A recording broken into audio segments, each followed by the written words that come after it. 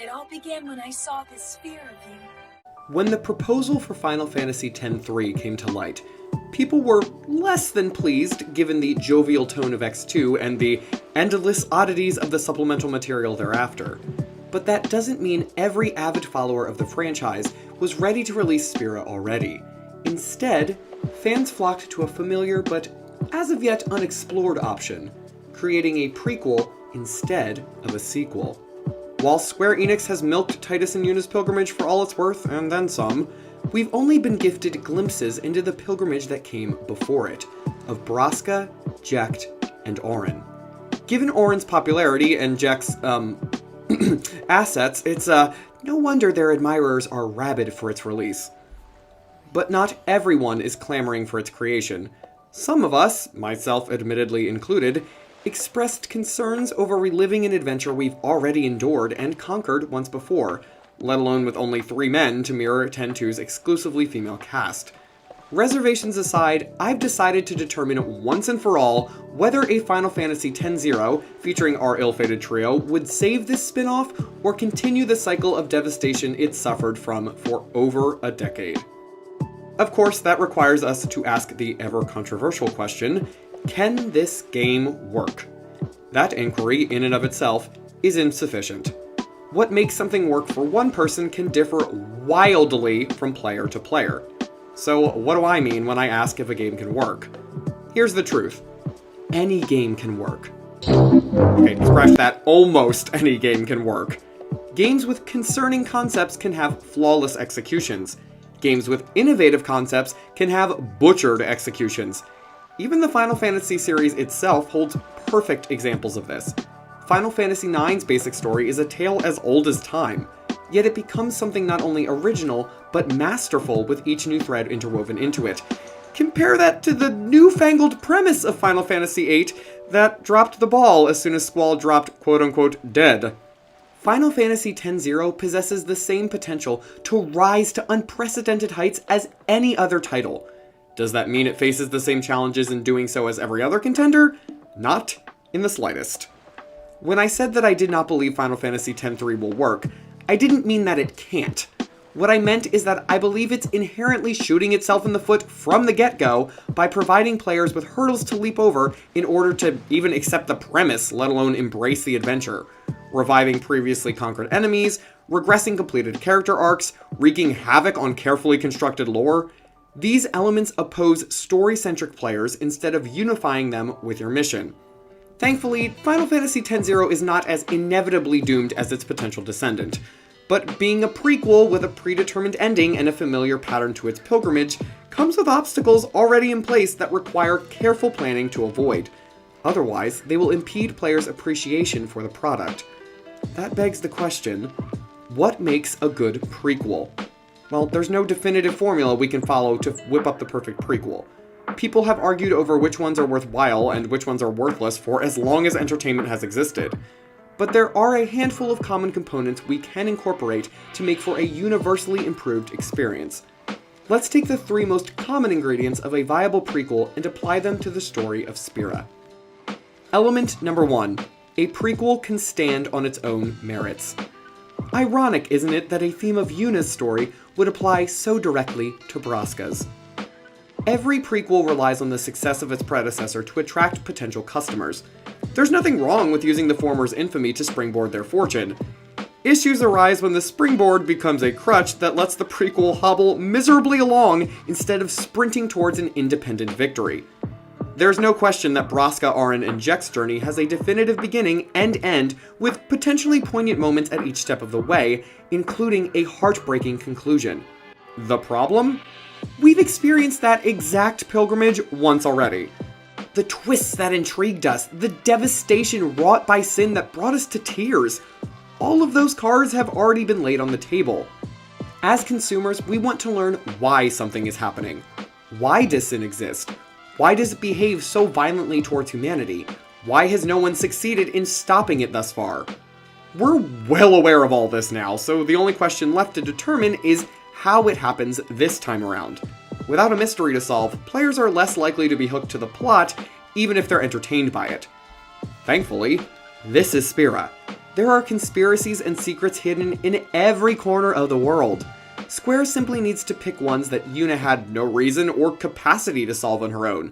Perhaps there's corruption in the Blitzball world that Jecht could uncover, or Auron's ties to Kinok reveal Maester infighting, or Braska's Al-Bhed love affair shows us a whole new side of his wife's people and the creation of Machina.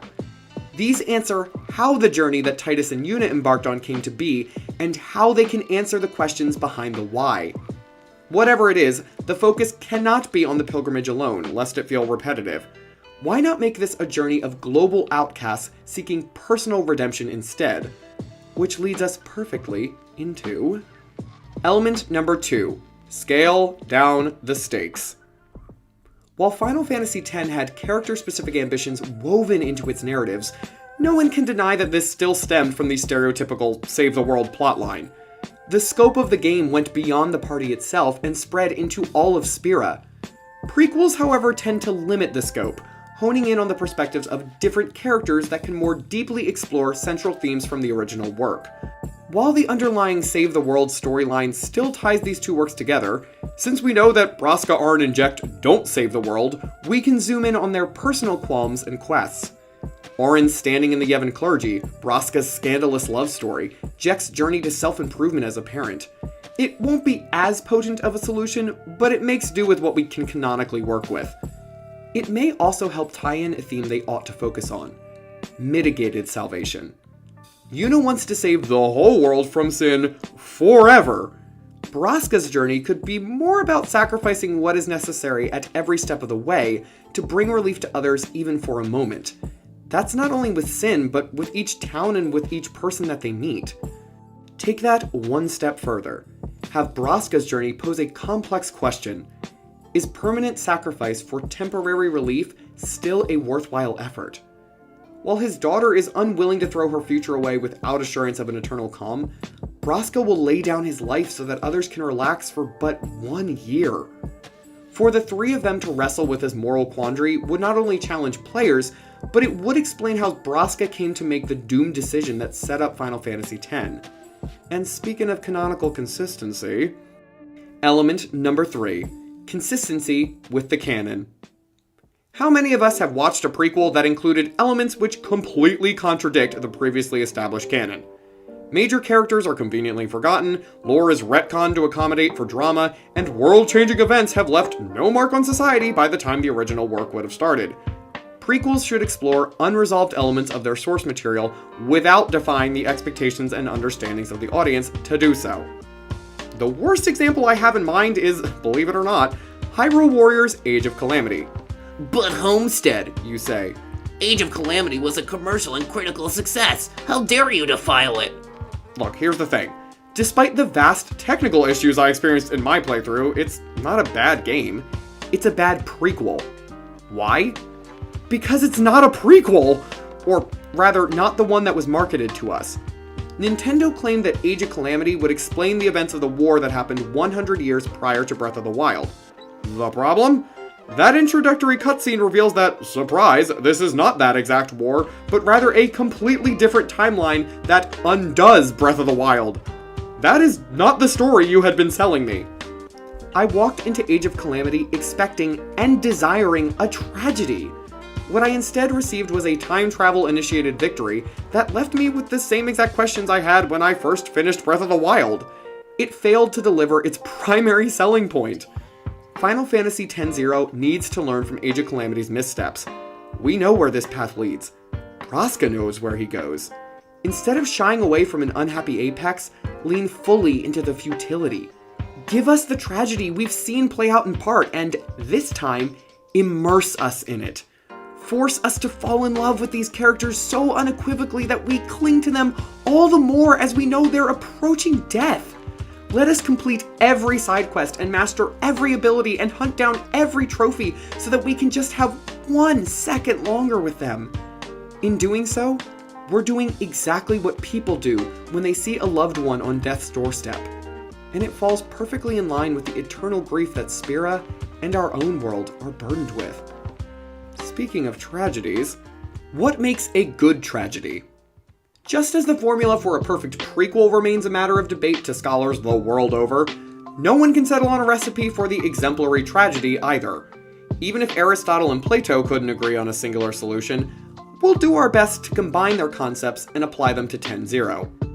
The core of tragedies is the inevitable dread you experience from knowing that the end will ravage these characters' lives. You don't always know the details, but you can see the writing on the wall. Not only is this a key theme in the lives of Spirins, who walk around every day wondering if sin will cut short their loved ones' lives, but it's integral to Aristotle's theory of tragedies. Aristotle posits that tragedies don't reach their climax when the countdown to doom ends, but rather when a feeling of hope rises from the ashes. This is called the catharsis effect, a purging of negativity that comes only after catastrophe strikes. It would be easy to assume that this trio's story only leads to a trifold death. In reality, however, it is the key to unlocking the very future they all hope to create, even if that future is one they have to sacrifice themselves to see fulfilled by another's hands. While we know the basics of how Braska's pilgrimage indirectly brought about Yunalesca's downfall, there is still plenty the developers could allow us to discover about the temples, the faith, the means of transportation between dreamt and awakened Zanarkand, and so much more that would clarify the blurry picture we have now. But the players aren't the only ones experiencing a catharsis effect. The characters themselves are too. See, Plato believes that tragic heroes aren't solely villains, nor are they wholly virtuous. They settle in the middle of moral ambiguity, and considering Spira's track record with questionable ethics, what could be more suitable for our aspiring protagonists? In Final Fantasy X, our party deserved respect from the outset because of Braska's prestige, and thereafter explored the effects of heresy once Yuna questioned tradition. In 10-0, this trajectory could be reversed. Auron is a clergy reject. Jecht is a crazed, drunken captive. Braska is the heretic who took an Al-Bhed to bed. These three outcasts are not fighting for the salvation of a world that they love and that loves them in return. They are clawing their way out of defamation to free a land that loathes them, even if it kills them. This theme of exiles becoming accepted can extend beyond the central three protagonists, whether additional party members are incorporated into the core team or whether other encounters are relegated to a secondary role. What of Maester Micah, who opens the Yevon priesthood to Kelk Ronso and Jiskel Guado as part of the subrace appeasement policy, which, by the way, is not an acceptable title, right after Braska passes? Perhaps we play a part in bringing that to pass, helping these outcast races be incorporated into the clergy. What about Cid, connected to Braska through law but not through love? This man who is torn between meeting his niece and abandoning this outsider. This man who estranged himself from his sister until it was too late. This man who would one day step forward to save all summoners instead of hating them for endangering his own sibling. What did Braska do to change his mind? What about... Okay, look, don't click away. I don't want to say it either, but you know who is literally perfect to embody this concept? It's Seymour. The exiled son of a Guado Maester, learning to become a summoner, and who returns home as soon as Braska's calm commences. As much as these three brought about Spira's salvation, did they also try to bring about Seymour's, only to inflict him on the world at large? From Chapu to Mei-chan, from Rin to Awaka the 22nd, the possibilities are quite literally endless. However, before we say that this prequel would be perfect, there are a number of problems that we should probably address. Problem number 1, the pilgrimage. While we've attempted to diversify this game's journey as much as possible, the truth is that this game would outright mirror the original. We can't disguise the fact that the core path of the game would be almost identical. Sure, Braska starts out in Bavel, but altering the order of destinations doesn't alter the fact that you're revisiting the same exact locations. Even worse, there would be little to no differences in 10 years' time. But Homestead, You say again. they changed drastically from 10 to 10-2 in significantly less than a decade's time. Yes, but that was after the single most world-changing event since Sin's creation thousands of years before. Of course those places changed. They had the freedom and capacity to do so, whereas they did not between Braska's death and Yuna's outset. The only notable change would be seeing the original Kilika, as we only visit it pre-destruction. No matter how we alter the scope or perspective, nothing changes the fact that we are quite literally repeating the purpose and path of the original game.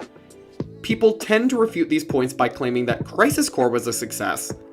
You're correct, it was, but for entirely different reasons. What did we know about Zack prior to Crisis Core? Almost nothing other than his general appearance and his occupation as a soldier. That, and, he died. His story also acting as a tragedy does not put Crisis Core into the same spot as 10-0. The developers of Crisis Core had incalculable freedom to do as they pleased with Zack's plot, which is exactly why it's chock full of original storylines, villains, and the like.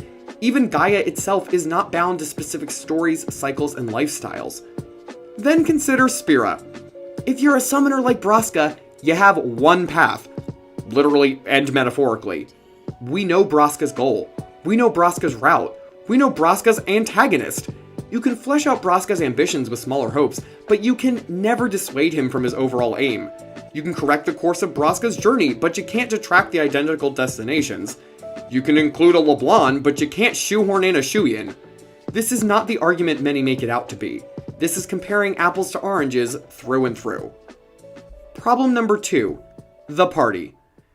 Whether it was the Charlie's Angels of 10-2 or the Bro Down in 15, I am never a fan of casts that only have one type of character. One gender, one race, one personality. These all narrow the demographic of the game, as well as the perspectives provided by the characters themselves. So far as the spheres from 10 show, only Braska, Auron, and Jecht embarked on this pilgrimage. All men, 2 of whom are Yevonites from Bavel. That's not exactly the picture of diversity. Other characters can be added to the permanent party, but we never saw them on the spheres, which is definitely odd, nor does anyone else mention that Braska had additional guardians. We don't want to be inconsistent with the canon of future games. We'll talk more about this in the gameplay section, however, as it more heavily affects that aspect. Problem number 3. The ending. Fitting that the final problem would concern the game's finale, isn't it? The climax of the story should tug on the heartstrings of the characters and players alike more than ever before. The problem here is that the established ending has Auron alone for a considerable stretch of time after Braska and Jecht die, and the events thereafter are integral for setting up 10. Him facing Yunalesca could be reallocated to a final boss fight you can't lose, a la Cloud vs Sephiroth, but what of passing on his responsibilities to Kimahri? What of being taken in by Rin? What of riding Sin back to Dream's Anakin, or however he wound up there? In a book with multiple point of view characters, it would be of no consequence to have the final chapters come from Auron's perspective, or to even give us a glimpse of Jecht still stuck inside of Sin, fighting for control as the last of his will fades. But this is a video game centered around a singular party. If alternating perspectives drew significant criticism in Final Fantasy XIII, that ought not be repeated here. My advice: let Auron and Yunalesca clash in one last battle, only for his journey down Mount Gagazet towards Kimahri, Rin, and Bavel far below be recaptured in a montage. While the specifics would be nice to know, they're not worth extending the ending. All seems to be over, the credits rolling as they're showing these scenes, but right as they end, treat the players to one last scene of Auron mounting Sin and heading out into the ocean, out to where a Blitzball stadium is alight with praises for its ace player. With a firm understanding of how to structure this tragic prequel and viable solutions to the problems it presents, it's time to move on from this video. Since this conversation was long enough on its own, I decided to split it into 2. One for the narrative fixes and one for the gameplay possibilities. Don't worry, we'll address the party problems then. Keep an eye on the channel as we discuss all the mechanics that Final Fantasy X-0 could bring to the table.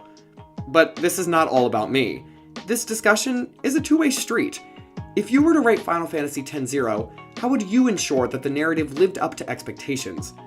I always welcome constructive conversation, and I'd rather brainstorm a means to make it work than to outright deny its potential. Hopefully you can find a way over the hurdles that even I failed to scale.